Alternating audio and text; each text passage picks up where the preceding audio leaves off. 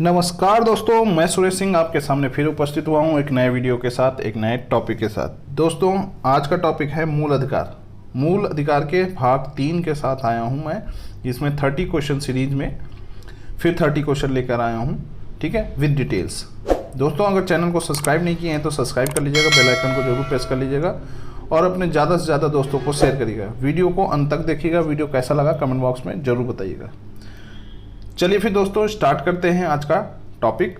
आज का टॉपिक है दोस्तों मूल अधिकार, उससे रिलेटेड क्वेश्चन।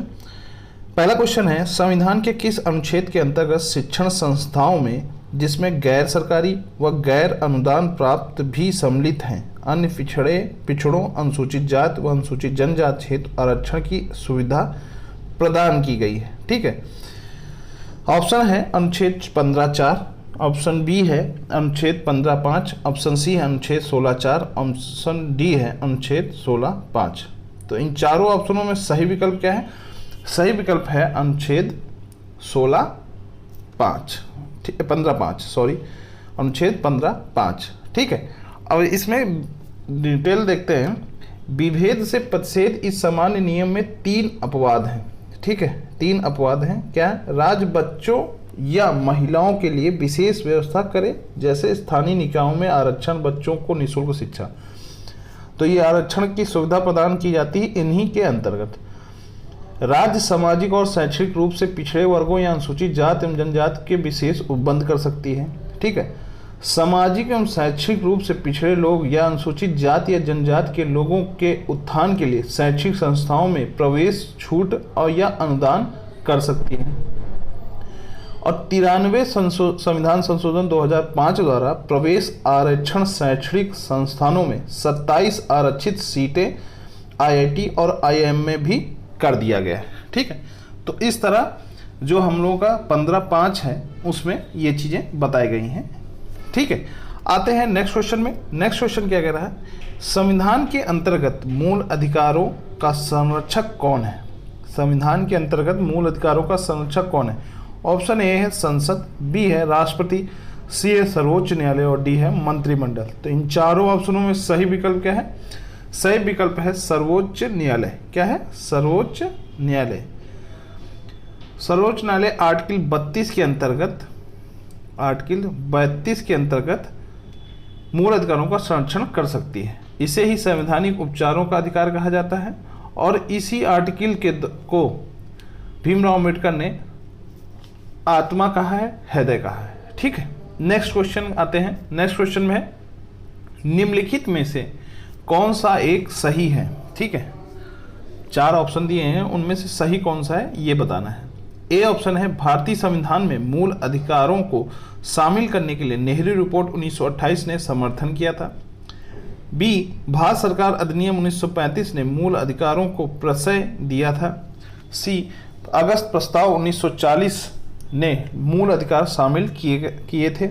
और डी, क्रिप्स मिशन 1942 ने मूल अधिकारों को प्रश्रय दिया था। तो इन 4 ऑप्शन दोस्तों दिए हैं। इन चारों ऑप्शनों में सही ऑप्शन क्या है? सही ऑप्शन है भारतीय संविधान में मूल अधिकारों को शामिल करने के लिए नेहरू रिपोर्ट 1928 में समर्थन किया था। अब नेहरू रिपोर्ट जो है 1928 में पेश हुई थी, उसमें क्या हुआ था? उसी 1928 में ही कावेरी नदी के किनारे झंडा फहराए थे पंडित जवाहरलाल नेहरू ने। ठीक है, आते हैं नेक्स्ट क्वेश्चन में। संविधान के अनुच्छेद 25 के अनुसार धर्म स्वतंत्रता का अधिकार किसके अधीन नहीं है? ठीक है, किसके अधीन नहीं है? ऑप्शन क्वेश्चन देखिएगा, नहीं पूछ रहा है। ठीक है, ऑप्शन ए सार्वजनिक व्यवस्था, बी स्वास्थ्य, सी सदाचार और डी मानववाद। तो इन चारों ऑप्शनों में सही ऑप्शन क्या है? मानववाद। क्यों? क्योंकि सार्वजनिक व्यवस्था करने का अधिकार है अनुच्छेद 25 के अंतर्गत। धर्म स्वतंत्रता के लिए व्यवस्था कर सकता है, स्वास्थ्य व्यवस्था कर सकता है, सदाचार कर सकता है, सदाचार यानी मेल विवाह बढ़ा सकता है, लेकिन मानववाद उसमें नहीं सम्मिलित है। ठीक है, आते हैं नेक्स्ट क्वेश्चन में। भारत के संविधान के अनुसार निम्नलिखित में से कौन सा देश के शासन के लिए आधारभूत है? भारत के संविधान के अनुसार निम्नलिखित में से कौन सा एक देश के शासन के लिए आधारभूत है? ए, मूल अधिकार, बी मूल कर्तव्य, सी राज्य की नीति निर्देशक तत्व और डी मूल अधिकार तथा मूल कर्तव्य। तो आधारभूत है, देश के शासन के लिए आधारभूत है। तो इन चारों ऑप्शनों में सही विकल्प क्या है? सही विकल्प है राज्य के नीति निर्देशक तत्व जो हैं वो क्या है? आधारभूत है, शासन के, देश के शासन के लिए आधारभूत है। राज्य के नीति निर्देशक तत्व में ये बताया गया है, भाग 4 में इसका वर्णन किया गया है, ठीक है। और 35 से 51 के बीच में इनका इन अनुच्छेदों के अंतर्गत इनको वर्णित किया गया है, ठीक है।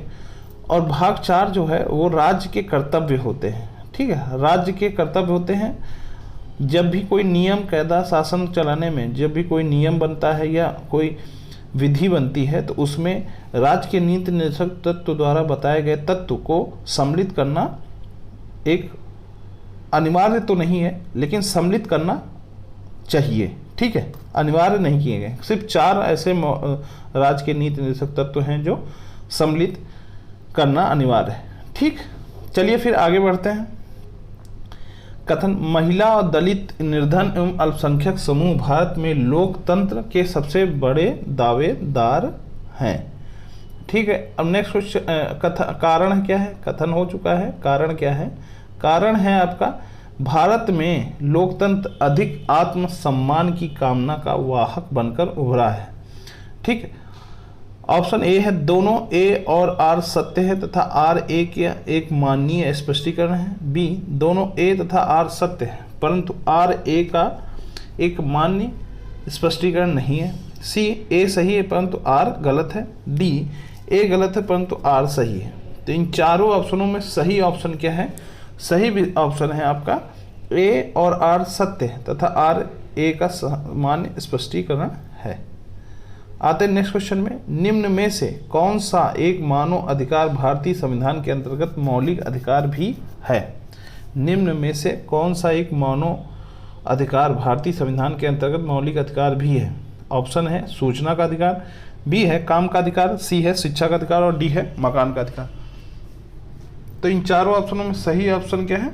सही ऑप्शन है आपका शिक्षा का अधिकार। पहले शिक्षा का अधिकार नहीं सम्मिलित किया था, लेकिन 86वें संविधान संशोधन द्वारा, ठीक है, 2002 में इससे सम्मिलित किया गया 21 का के अंतर्गत, ठीक है, 21 का के अंतर्गत शिक्षा का अधिकार एक मौलिक अधिकार में सम्मिलित किया गया, ठीक है। आते हैं नेक्स्ट क्वेश्चन में, गणतंत्रीय अवधारणा से संबंधित निम्नलिखित में से कौन एक नहीं है? ठीक है, एक राज्य जिसमें जनता सर्वोच्च है, बी सर्वोच्च शक्ति निर्वाचित प्रधान में निहित हो, सी सर्वोच्च शक्ति एक राजा के समान व्यक्ति में निहित हो, डी एक ऐसी सरकार जो जनता द्वारा निर्वाचित प्रतिनिधि की हो। तो इन चारों ऑप्शनों में सही ऑप्शन क्या है? तो सही ऑप्शन है आपका सी, इसलिए कि सर्वोच्च शक्ति जो है राजा के समान एक व्यक्ति में निहित हो, ये गलत है। यानी जनता सर्वोच्च है, निर्वाचित प्रधान में भी शक्तियां निहित होती हैं और जनता द्वारा निर्वाचित प्रतिनिधि को की भी शक्तियां होती हैं, ठीक है। आते हैं नेक्स्ट क्वेश्चन में, प्रत्यक्ष बंदीकरण अधिनियम के अंतर्गत एक व्यक्ति बिना मुकदमा चलाए बंदी बनाया जा सकता है, ठीक दोस्तों। तो दोस्तों ये बंदी प्रत्यक्षीकरण जो रिट जारी करते हैं उस रिट के अंतर्गत है ये, ठीक है। तो एक व्यक्ति को बंद कर सकते हैं हम 3 माह के लिए, 3 माह के लिए हम बिना मुकदमा चलाए बंदी बनाया जा सकता है। आते हैं नेक्स्ट क्वेश्चन में, बंदी बनाए गए व्यक्ति के मौलिक अधिकारों की रक्षा किस अनुच्छेद से प्रदत्त है? बंदी बनाए गए व्यक्ति के मौलिक अधिकार भी होते हैं, उनकी रक्षा किस अनुच्छेद से प्रदत्त है? ए ऑप्शन अनुच्छेद 15, बी अनुच्छेद 17, डी सी अनुच्छेद 21, डी अनुच्छेद 22। तो इन 4 ऑप्शन दिए हैं, चारों ऑप्शनों में सही विकल्प क्या है? सही विकल्प है अनुच्छेद 22। 22 में बताया गया है बंदी बनाए गए व्यक्ति के मौलिक अधिकारों की रक्षा, ठीक है। अब मौलिक अधिकार आर्टिकल 22 में वर्णित है, पहला एक साधारण कानूनी के रूप में और दूसरा है निवारक हिरासत के रूप में, ठीक है। पहला जो है गिरफ्तार करने के आधार पर सूचना देने का अधिकार ये बताता है, ठीक है। यानी जो आर्टिकल 22 में है उसमें वर्णित जो हैं तथ्य हैं उन पर ध्यान दे देते हैं। गिरफ्तार करने के आधार पर सूचना देने का अधिकार होना चाहिए, ठीक है, वो सूचना ले सकता है बंदी। विधि व्यवसायी से परामर्श और प्रतिरक्षा करने का अधिकार है, जैसे वो अपने वकील को बुला सकता है, ठीक है, और बात कर सकता है। 24 घंटे यात्रा के समय को मिलाकर पेश होने की, मजिस्ट्रेट के सामने पेश होना चाहिए, ठीक है। 24 घंटे के अंदर मजिस्ट्रेट के सामने पेश करना चाहिए। दंडाधिकारी द्वारा बिना अतिरिक्त निरोध दिए 24 घंटे में रिहा करने का अधिकार भी होता है, ठीक है। विदेशियों को नहीं है, लेकिन ये दो। अब अगर दूसरा निवारक हिरासत में है, साधारण कानूनी के हिसाब से बता रहे हैं। अब जैसे हिरासत में है तो वे 3 माह से ज़्यादा नहीं रखा जा सकता, ठीक। गिरफ्तार व्यक्ति का आधार व्यक्ति को बताना जरूरी है, बिना बताए, आधार बताए उसे गिरफ्तार नहीं किया जा सकता। तीसरा है, गिरफ्तार व्यक्ति को यह अधिकार है कि गिरफ्तार के विरुद्ध अपना प्रतिवेदन कर सकता है, ठीक है। तो एक तो साधारण कानूनी के रूप में हमने बताया, और दूसरा हिरासत में जब लेते हैं तब उसके रूप में बताया, ठीक है। चलिए फिर नेक्स्ट क्वेश्चन में आते हैं।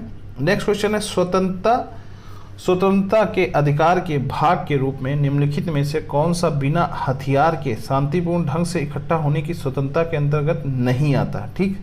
ए, घेराव अफसर जो अपना कर्तव्य नहीं निभाता है। बी, शांतिपूर्वक इकट्ठा होना। सी, एकत्रित जनता जिनके हथियार नहीं रखना चाहिए। डी, इस अधिकार के अभ्यास पर राज्य कानून बनाकर तर्कपूर्ण प्रतिबंध लगा सकती। तो इन 4 ऑप्शन दिए गए हैं। चारों ऑप्शनों में सही ऑप्शन क्या है? सही ऑप्शन है घेराव अफसर जो अपना कर्तव्य नहीं निभाता। यदि कोई अफसर है वो अपना कर्तव्य नहीं निभा रहा है तो उस पर आप घेराव नहीं कर सकते हैं, आप उससे कानूनी रूप से उसके खिलाफ FIR कर सकते हैं, या आप उसके खिलाफ आप पत्र लिख सकते हैं अपने उनके उच्च अधिकारी को, ठीक है, लेकिन घेराव नहीं कर सकते हैं। चलिए नेक्स्ट क्वेश्चन में आते हैं। किसी व्यक्ति को एक ही अपराध के लिए एक बार से अधिक अभियोजित और दंडित नहीं किया जा सकता, ठीक।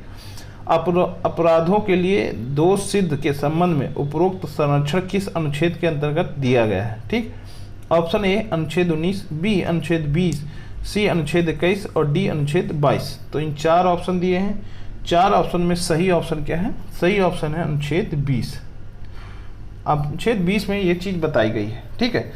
कोई पूर्व पद प्रभाव कानून नहीं है, ठीक है। किसी व्यक्ति को अपराध नहीं साबित होता है तो नहीं दे सकते हैं। दोहरी क्षति नहीं है। यदि कोई पूर्व पद हो और उस पर अगर उसने किया है तो उसे सज़ा नहीं मिल सकती, कानून नहीं है। किसी व्यक्ति पर अपराध है और वो सिद्ध नहीं होता है, आर्टिकल 20 के अंतर्गत मैं बता रहा हूँ, आर्टिकल 20 के अंतर्गत है पहला कि कोई प्रभावी कानून नहीं बन सकता, पद पे है, जैसे राष्ट्रपति के उनके पद पे कानून नहीं है, ठीक है, लागू होता है, पद पे लागू नहीं होता है कानून। दूसरा, किसी व्यक्ति के अपराध जब तक दोष सिद्ध नहीं होते हैं तब तक नहीं होता है। तीसरा है दोहरी क्षति, अगर एक ही कोई एक बार कानून तोड़ता है तो उसको दोहरी क्षति 2 बार का सजा नहीं दिया जा सकता, ठीक है। आते हैं नेक्स्ट क्वेश्चन में। नेक्स्ट क्वेश्चन है, वाद एवं उस वाद में उच्चतम न्यायालय की व्यवस्था के त्रुटिपूर्ण युग्म को पहचानिए। वाद एवं उस वाद में उच्चतम न्यायालय की व्यवस्था के त्रुटिपूर्ण युग्म को पहचानिए। ए, इंदिरा साहनीवाद, अन्य पिछड़ा वर्ग के लिए चिकनी परत। बी, विशाखावाद, अपने कार्यस्थल पर यौन उत्पीड़न से कामकाजी महिला का संरक्षण। सी, मेनका गांधीवाद, अनुच्छेद 14, 19 एवं 21 परस्पर अपवर्जी नहीं है। डी, बेला बनर्जीवाद, विदेश यात्रा का अधिकार दैहिक स्वतंत्रता का भाग है। तो ये 4 ऑप्शन है। चारों ऑप्शनों में सही ऑप्शन क्या है? बेला बनर्जीवाद, विदेश यात्रा का अधिकार दैहिक स्वतंत्रता का भाग नहीं है। तो ये विदेश यात्रा का अधिकार दैहिक स्वतंत्रता का भाग है, ये हमारा मेनका गांधी के अंतर्गत आता है, मेनका गांधीवाद के अंतर्गत आता है ये, ठीक है, इसलिए ये गलत है। सही आंसर है मेनका गांधी। आते हैं नेक्स्ट क्वेश्चन में। भारतीय संविधान के निम्नलिखित अनुच्छेदों में से कौन भिन्न वर्ग में आता है? भारतीय संविधान के निम्नलिखित अनुच्छेदों में से कौन भिन्न वर्ग में आता है? ए, अनुच्छेद 14 में, बी, अनुच्छेद 15 में, सी, अनुच्छेद 16 में, डी, अनुच्छेद 19 में। तो इन चारों ऑप्शनों में सही ऑप्शन क्या है? सही ऑप्शन है आपका अनुच्छेद 19। क्या है? अनुच्छेद 19। सही विकल्प क्या है? अनुच्छेद 19। निम्नलिखित अधिकारों में से कौन सा अधिकार अनुच्छेद 19(1)(d) को अनुच्छेद 21 से मिलाकर पढ़ने पर प्राप्त होता है? ए. विदेश यात्रा का अधिकार, बी. शरण पाने का अधिकार, सी. एकांतता का अधिकार और डी. सूचना प्राप्त करने का अधिकार। तो इन चारों ऑप्शनों में सही विकल्प क्या है? सही विकल्प है हमारा एकांतता का अधिकार। एकांतता का अधिकार है, क्यों? क्योंकि 19(1)(d) है, 19(1)(d) वो ये बताता है कि प्रत्येक नागरिक भारत को किसी भी हिस्से का संचरण यानी घूमने का अधिकार है, ठीक। और आर्टिकल 21 में बताते हैं, 21 में, ठीक है, 21 में बताते हैं प्राण एवं दैहिक स्वतंत्रता का अधिकार है, ठीक है। तो ये दोनों को मिलाने से क्या होता है? एकांतता का अधिकार है कि आप जैसे साधु लोग एकांत में रह के या कोई व्यक्ति एकांत में रह के अपना काम कर सकता है। ये आर्टिकल 19(1)(d) और 21 से मिलाकर पढ़ने पर ये प्राप्त होता है। आते हैं नेक्स्ट क्वेश्चन में। निम्नलिखित कथनों में से कौन सा सही नहीं है? ए. के.एम. मुंशी संविधान का प्रारूप बनाने वाली समिति के एक सदस्य थे। बी. संविधान सभा द्वारा भारतीय संविधान स्वीकार किया गया। सी. बलवंत राय मेहता समिति रिपोर्ट 1957 द्वारा पंचायती राज की संस्तुति की गई। और डी. संविधान के अंतर्गत मूल अधिकार का संरक्षक भारत का राष्ट्रपति है। तो क्वेश्चन क्या है? क्वेश्चन है कौन सा कथन सही नहीं है? तो नहीं कौन सा है? डी। राष्ट्रपति संरक्षक कौन है? भारत का राष्ट्रपति नहीं है, ये है सुप्रीम कोर्ट और हाई कोर्ट, ठीक है। किसके आर्टिकल? आर्टिकल 32 और 226 के अंतर्गत ये संरक्षक के रूप में है, ठीक है। अब आते हैं नेक्स्ट क्वेश्चन में। नेक्स्ट क्वेश्चन क्या है हमारा? बिना कर्तव्य, फिलिंग द ब्लैंक्स, बिना कर्तव्य के उसी प्रकार है जैसे मनुष्य बिना परछाई के। क्या? ऑप्शन है विश्वास, बी है अधिकार, सी है नैतिकता और डी है कार्य। तो सही विकल्प क्या है? अधिकार, ठीक है। अधिकार बिना कर्तव्य के उसी प्रकार है जैसे बिना परछाई के। आते हैं नेक्स्ट क्वेश्चन में। नेक्स्ट क्वेश्चन है न्यायालय उपधारिता कर सकता है कि अपराध गठित करने वाला कोई कृत्य अस्पष्टता के आधार पर किया गया था यदि ऐसा अपराध के संबंध में किया जाए, फिलिंग द ब्लैंक्स है, इसको भरना, के संबंध में किया गया है। ए. अनुसूचित जाति के सदस्य, बी. अनुसूचित जनजाति के सदस्य, सी. किसी भी समुदाय के सदस्य और डी. उपरोक्त में से कोई नहीं। तो इन चार ऑप्शन है, चारों ऑप्शनों में सही ऑप्शन क्या है? सही ऑप्शन है आपका अनुसूचित जाति के सदस्य, ठीक है, अनुसूचित जाति के सदस्य। अब आर्टिकल बी जो अनुसूचित जाति है, आर्टिकल जो है 17 है वो यही बताता है, आर्टिकल 17 जो है वो ये बताता है अस्पष्टता का अंत, उसी के अंतर्गत ये बताया गया है। तो अस्पष्टता के आधार पर किया गया ऐसा कोई अपराध अनुसूचित जाति के सदस्य के संबंध में किया गया है, ठीक है। आते हैं नेक्स्ट क्वेश्चन में। भारत के राष्ट्रपति को निलंबन की शक्ति प्राप्त है, ठीक है। भारत के राष्ट्रपति को मौलिक अधिकारों की निलंबन करने के अधिकार हैं। कौन से हैं? आर्टिकल ए है अनुच्छेद 20 में वर्णित मौलिक अधिकार को, या ऑप्शन बी है अनुच्छेद 21 में वर्णित मौलिक अधिकार को, सी अनुच्छेद 21(a) में वर्णित मौलिक अधिकार को, डी है अनुच्छेद 19 में वर्णित मौलिक अधिकार को। तो इन चार ऑप्शन दिए हैं, इन चारों ऑप्शनों में सही ऑप्शन क्या है? सही ऑप्शन है अनुच्छेद 19 में वर्णित मौलिक अधिकारों को राष्ट्रपति द्वारा निलंबन की शक्ति प्राप्त है। लेकिन 20 और 21 दो ऐसे आर्टिकल हैं जिनको राष्ट्रपति निलंबित नहीं कर सकता। लेकिन 19 में भी वर्णित जो मौलिक अधिकार है उसे भी आप राष्ट्रपति निलंबन कर सकता है। किस कंडीशन में, ये आप लोग जान लीजिए। जैसे राष्ट्रपति अगर बाहरी आक्रमण होता है, ठीक है, बाहरी आक्रमण यानी 3 जो हम लोगों के 8 वो दिए हैं आपातकाल, ठीक है, 3 आपातकाल दिए गए हैं, ठीक है। उन आपातकाल में एक होता है सशस्त्र विद्रोह, एक होता है बाहरी आक्रमण। बाहरी आक्रमण के दौरान आपातकालीन स्थिति में 19 में वर्णित मौलिक अधिकार को भी निलंबित नहीं कर सकता, ठीक है, निलंबित कर सकता है।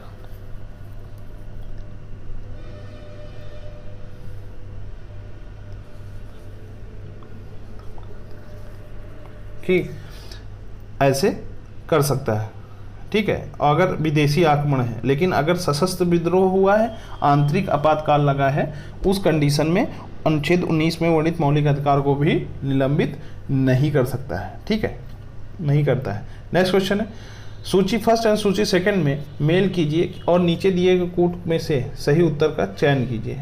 सूची फर्स्ट और सूची सेकंड। ए, उपाधियों का निषेध, सूची फर्स्ट पढ़ लेते हैं। बी, धार्मिक मामलों के प्रबंध की स्वतंत्रता। सी, अल्पसंख्यकों की भाषा का संरक्षण। और डी, शिक्षा का अधिकार। और सूची सेकंड है अनुच्छेद 29, अनुच्छेद 21 का, अनुच्छेद 18 और अनुच्छेद 26। तो देखते हैं तो दोस्तों, उपाधियों का अंत जो है क्या है, आर्टिकल 18 में बताया गया है। ये एक समता का अधिकार है जो 14 से 18 के बीच में बताया जाता है, ठीक है। तो 18 जो है उपाधियों का अंत है। धार्मिक मामलों के प्रबंधन की स्वतंत्रता जो है वो क्या है, वो आर्टिकल जो धर्म की स्वतंत्रता के अंतर्गत आता है 25 से 28 के बीच में, वो आर्टिकल 26 में है, ठीक है। अल्पसंख्यकों की भाषा का संरक्षण, अल्पसंख्यकों की भाषा का संरक्षण जो है वो आर्टिकल 29 में है, अनुच्छेद 29 में। शिक्षा का अधिकार क्या है, वो जो है 80वें संविधान संशोधन द्वारा 2002 में 21 का में जोड़ा गया था शिक्षा का अधिकार। तो इस तरह शिक्षा का अधिकार 21 का में, ठीक है। तो इन चारों में विकल्पों में सही विकल्प क्या है, देखते हैं। जो क्रम संख्या है क्या है, डी। क्या होगा, डी होगा। क्यों होगा, क्योंकि डी 3, 4, 1, 2, तो ये विकल्प सही है। आते हैं नेक्स्ट क्वेश्चन में। भारतीय संविधान में समता का अधिकार 5 अनुच्छेदों द्वारा प्रदत्त किया गया है, ठीक है। ये अनुच्छेद है। ए ऑप्शन अनुच्छेद 16 से 20, बी ऑप्शन अनुच्छेद 15 से अनुच्छेद 19 और सी ऑप्शन अनुच्छेद 14 से अनुच्छेद 18 और डी अनुच्छेद 13 से अनुच्छेद 17। तो ये 4 ऑप्शन है दोस्तों। चारों ऑप्शनों में सही ऑप्शन क्या है, सही ऑप्शन है हमारा समता का अधिकार जो है अनुच्छेद 14 से 18 के बीच में दिया गया है। कौन कौन से अनुच्छेद दिए गए हैं, अनुच्छेद 14 जो विधि के समक्ष संरक्षण, 15 धर्म जाति मूल निवास इनके आधार पर विभेद पर प्रतिबंध, 16 है अवसर, ठीक है, सभी को अवसर मिलता है, 17 है अस्पष्टता का अंत, 18 है उपाधियों का अंत, ठीक है। इस तरह हम लोगों ने 14 से 18 जो है वो 5 अनुच्छेद समता के अधिकार के अंतर्गत दिए गए हैं। चलिए नेक्स्ट क्वेश्चन में आते हैं। निम्नलिखित में से किस आधार पर नागरिकों की विचार अभिव्यक्ति की स्वतंत्रता पर प्रतिबंध नहीं लगाया जा सकता है। क्या बोला क्वेश्चन, विचार अभिव्यक्ति की स्वतंत्रता पर प्रतिबंध नहीं लगाया जा सकता, किस आधार पर, ठीक है। ए, भारत की संप्रभुता पर, बी, लोक व्यवस्था पर, सी, न्यायपालिका का अपमान पर और डी, अवांछनीय आलोचना पर। तो किस पे नहीं लगा सकते, देखो भारत की संप्रभुता वाली अगर बात करेंगे तो उस पर प्रतिबंध लगा सकते हैं, ठीक है, उस पर प्रतिबंध लगाया जा सकता है। लोक व्यवस्था पर प्रतिबंध लगाया जा सकता है, न्यायपालिका का अपमान करेंगे तब भी, लेकिन अवांछनीय आलोचना अगर कोई करता है तो उस पर प्रतिबंध नहीं लगा सकता। व्यक्तिगत रूप से अगर किसी व्यक्ति के ऊपर करता है आलोचना तो वो चाहे तो वो केस कर सकता है, लेकिन अवांछनीय आलोचना पर नागरिक की विचार अभिव्यक्ति की स्वतंत्रता पर प्रतिबंध नहीं लगाया जा सकता, ठीक है। तो इसका सही विकल्प क्या है, सही विकल्प है डी। आते हैं नेक्स्ट क्वेश्चन।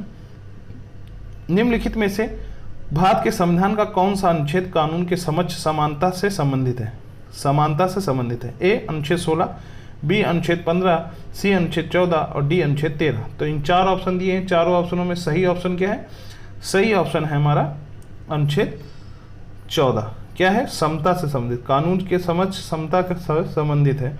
ये समता के अधिकार के अंतर्गत आता है जो 14 से 18 के बीच में बताया गया है, जिसमें 14 क्या है, समता, कानून के समक्ष समता समानता से संबंधित है, ठीक है। आते हैं नेक्स्ट क्वेश्चन में। नेक्स्ट क्वेश्चन है, व्यक्तिगत स्वतंत्रता के लिए उच्च न्यायालय निम्नलिखित में से किस रिट को जारी कर सकता है। तो किस रिट को जारी कर सकता है, हम दोस्तों आपको बताया था कि रिट 5 तरीके से है और जो सुप्रीम कोर्ट और हाई कोर्ट जारी करता है 32 आर्टिकल 32 के तहत और 226 के अंतर्गत, ठीक है। 5 रिटें हैं, 5 रिटें जारी कर सकता है। उन 5 रिटों के अंतर्गत एक क्वेश्चन है, व्यक्तिगत स्वतंत्रता के लिए उच्च न्यायालय निम्नलिखित में से किस रिट को जारी कर सकता है, ठीक। ऑप्शन है परमादेश, बी, अधिकार परीक्षा, सी, बंदी प्रतिष्ठीकरण और डी, प्रतिषेध, ठीक है। तो प्रतिषेध, तो इन चारों ऑप्शनों में सही ऑप्शन क्या है, सही ऑप्शन है आपका बंदी प्रतिष्ठीकरण जो है वो व्यक्तिगत स्वतंत्रता के लिए उच्च न्यायालय निम्नलिखित में से किस रिट को जारी कर सकता है, बंदी प्रतिष्ठीकरण के रूप में, ठीक है। चलिए नेक्स्ट क्वेश्चन में आते हैं। नेक्स्ट क्वेश्चन, भारतीय संविधान के किस अनुच्छेद में विधि की सम्यक प्रक्रिया के सिद्धांत को शामिल किया गया है, विधि के सम्यक प्रक्रिया को, ठीक है। ए, 11, बी, 16, सी, 21 और डी, 26। तो इन चारों ऑप्शनों में सही ऑप्शन क्या है, सही ऑप्शन बताना है हम लोगों को, सही ऑप्शन है हमारा 21। क्या बोल रहा है, विधि के सम्यक प्रक्रिया के सिद्धांत को शामिल किया गया अनुच्छेद 21 में। भारतीय संविधान किस अनुच्छेद में विधि की सम्यक प्रक्रिया के सिद्धांत को शामिल किया गया है? ठीक है, आर्टिकल 21 के अंतर्गत। आते हैं नेक्स्ट क्वेश्चन में, निम्नलिखित में से कौन सा भारत के संविधान द्वारा प्रदत्त 6 मूल अधिकारों में से नहीं है? ठीक है, 6 मूल अधिकार हैं जो हमारे भाग 3 में वर्णित हैं। उन भाग 3 में 6 मौलिक अधिकार जो दिए गए हैं उनमें से कौन सा नहीं बोल रहा है? ठीक है, ऑप्शन है ए समानता का अधिकार, बी विरोध का अधिकार, सी शोषण के विरुद्ध अधिकार, डी धर्म की स्वतंत्रता का अधिकार। तो इन 4 ऑप्शन दिए हैं, चारों ऑप्शनों में सही ऑप्शन क्या है? विरोध का अधिकार। विरोध का अधिकार ये एक अधिकार नहीं दिया गया है। धर्म की स्वतंत्रता अधिकार 25 से 28 के अंतर्गत दिया गया है। ठीक है, और समता का अधिकार 14 से 18 के बीच में दिया गया है आर्टिकल में। शोषण के विरुद्ध का अधिकार 23 से 24 के अंतर्गत दिया गया है। ठीक है, और 2 और अधिकार हैं कौन से? सांस्कृतिक अधिकार और संवैधानिक उपचारों का अधिकार। ठीक है, चलिए फिर नेक्स्ट स्वतंत्रता का अधिकार। नेक्स्ट क्वेश्चन में आते हैं। नेक्स्ट क्वेश्चन है, अनुसूचित जात तथा अनुसूचित जनजाति को किस अनुच्छेद के अंतर्गत मौलिक सामाजिक आर्थिक राजनीतिक तथा सांस्कृतिक अधिकार दिया गया है? ठीक है, ए अनुच्छेद 20 को, बी अनुच्छेद 19 को, सी अनुच्छेद 18 को और डी अनुच्छेद 17 को। इन 4 ऑप्शन दिए गए हैं। इन चारों ऑप्शनों में सही ऑप्शन बताना है। तो सही ऑप्शन क्या है? सही ऑप्शन है अस्पृश्यता का अंत, यानी आर्टिकल 17। ठीक है, आर्टिकल 17 क्या बताता है कि अनुसूचित जात तथा अनुसूचित जनजाति को किसी अनुच्छेद के अंतर्गत मौलिक सामाजिक आर्थिक राजनीतिक सांस्कृतिक अधिकार दिए गए हैं। वो है आर्टिकल 17 के अंतर्गत अस्पृश्यता का अंत। ठीक है, अस्पृश्यता का अंत जो है आर्टिकल 17 के अंतर्गत दिया गया है, जिससे उनको ये चीज़ें अधिकार प्राप्त है। नेक्स्ट क्वेश्चन में आते हैं, निम्नलिखित युग्मों में से कौन सा सही सुमिलित नहीं है? ठीक है, नहीं बोल रहा है। ऑप्शन है मानव के दुर्व्यवहार तथा बलात्कार का प्रतिषेध अनुच्छेद 23 में है, बी अल्पसंख्यक वर्गों के हितों का संरक्षण अनुच्छेद 29 में, सी संवैधानिक उपचारों का अधिकार आर्टिकल 32 में, और शिक्षा संस्थाओं का स्थापना तथा प्रशासन करने का अल्पसंख्यक वर्गों का अधिकार आर्टिकल 31 में। तो इन 4 ऑप्शन दिए गए हैं। चारों ऑप्शनों में सही विकल्प क्या है? सही विकल्प है कि शिक्षा संस्थानों की स्थापना और प्रशासन करने का अल्पसंख्यक वर्गों का अधिकार जो है आर्टिकल 30 में दिया गया। किस में दिया गया? आर्टिकल 30 में। और यहाँ पर क्या लिखा है? 31, तो ये गलत है। ठीक है, यहाँ 30 होना चाहिए। आते हैं नेक्स्ट क्वेश्चन में, भारत में नागरिकों के मौलिक अधिकारों में संशोधन कौन कर सकता है? ए लोकसभा, बी राज्यसभा, सी संसद और डी सर्वोच्च न्यायालय। तो इन चारों ऑप्शनों में सही ऑप्शन क्या है? सही ऑप्शन है आपका सी संसद। भारत में नागरिकों के मौलिक अधिकारों में संशोधन कर सकता है, कौन कर सकता है? संसद, आर्टिकल 13 के अंतर्गत। आर्टिकल 13 के अंतर्गत क्या है? विधि बनाने की शक्ति दी गई है संसद को। ठीक है, मौलिक अधिकार में। चलिए नेक्स्ट क्वेश्चन है, क्यों?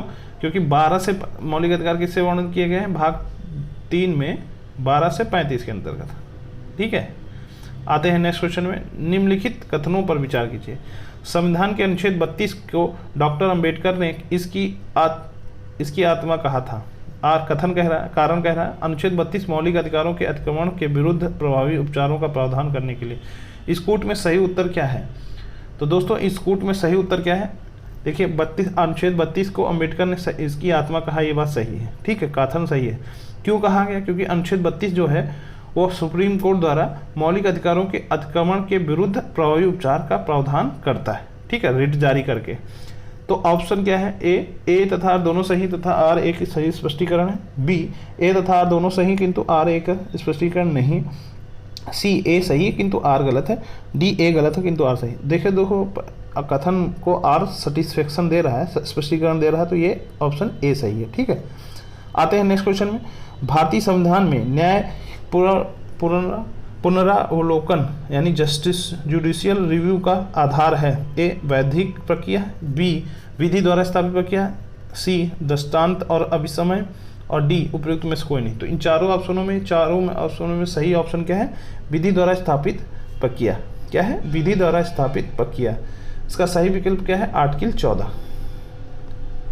आर्टिकल 14 के अंतर्गत इसको वर्णित किया गया है कि न्यायिक पुनरावलोकन कर सकते हैं, और साथ में ही रिट सुप्रीम कोर्ट द्वारा या हाई कोर्ट द्वारा रिट जारी करते हैं। रिट जारी करने में जो हमारा न्यायिक पुनरावलोकन करने का कदम उठता है वो कर सकते हैं। ठीक है, आते हैं नेक्स्ट क्वेश्चन में। नेक्स्ट क्वेश्चन क्या है? नेक्स्ट क्वेश्चन है कि कथन है सामाजिक आर्थिक एवं राजनीतिक क्षेत्रों में समान आधार निर्मित करने के उद्देश्य से राज्य असमान लोगों के लिए भिन्न व्यवहार कर सकता है। कारण क्या है? समान लोगों में विधि समान होगी और समान रूप से प्रशासित की जाएगी। तो इन कथन दिया है और कारण दिया गया है। तो इसमें ऑप्शन क्या है? ए सही किंतु आर गलत है, बी ए गलत है किंतु आर सही है, और सी ए आर दोनों सही किंतु आर स्पष्टीकरण नहीं दे रहा है, और डी ए आर दोनों सही किंतु आर सही। तो इसका सही विकल्प क्या है? डी ए आर दोनों सही है तथा स्पष्टीकरण दे रहा है। क्यों? सामाजिक आर्थिक एवं राजनीतिक क्षेत्रों में समान आधार निर्मित करने के उद्देश्य से राज्य असमान लोगों के लिए विभिन्न व्यवहार कर सकता है। ठीक है, आरक्षण प्रदान करता है। उसी में कारण कह रहा है समान लोगों में विधि समान होगी, समान रूप से प्रशासित की जाएगी। ठीक है, ये कारण है, सही है।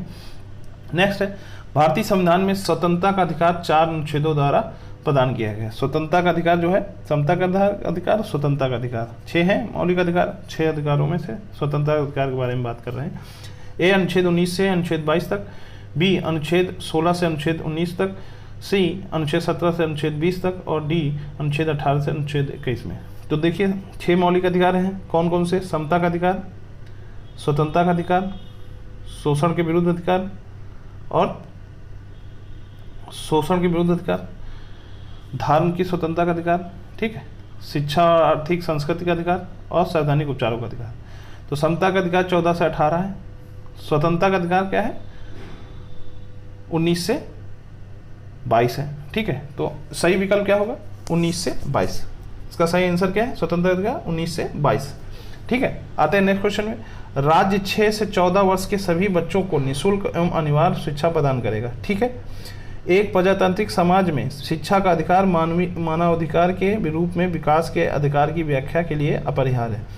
तो ऑप्शन है ए आर दोनों सही है।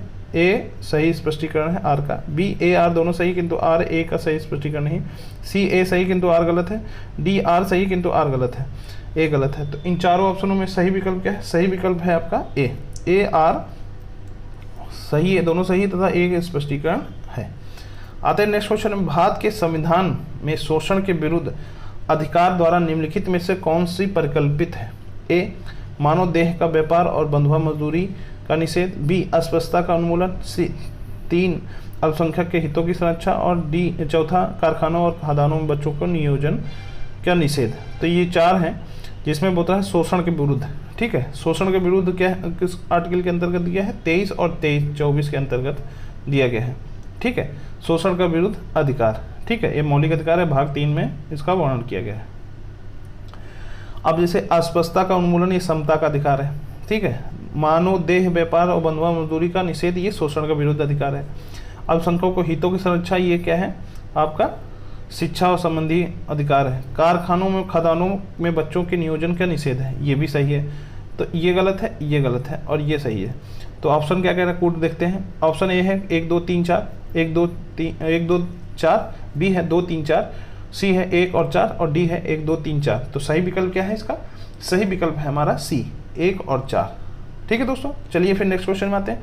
निम्नलिखित कथनों में से कौन सा एक सही है? ठीक है, ए अधिकार नागरिकों के विरुद्ध राज्य के दावे हैं, बी अधिकार वे विशेषाधिकार हैं जो किसी राज्य के संविधान में समाविष्ट हैं, सी अधिकार राज्य के विरुद्ध नागरिकों के दावे हैं, डी अधिकार अधिकांश लोगों के विरुद्ध कुछ नागरिकों को के विशेषाधिकार है।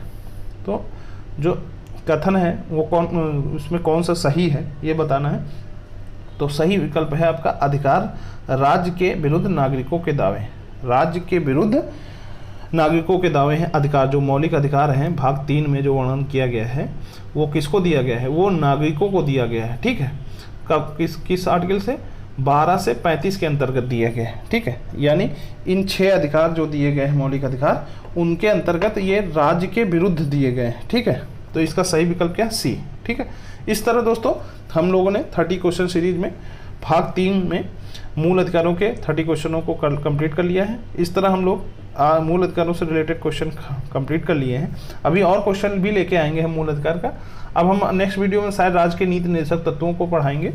ठीक है, तब तक दोस्तों वीडियो को ज़्यादा से ज़्यादा शेयर करिए जिससे उनको भी वैल्यूएबल कंटेंट मिलता रहे, और सब्सक्राइब नहीं किए तो सब्सक्राइब करिए। ठीक है दोस्तों, चलिए नमस्कार, बहुत बहुत धन्यवाद।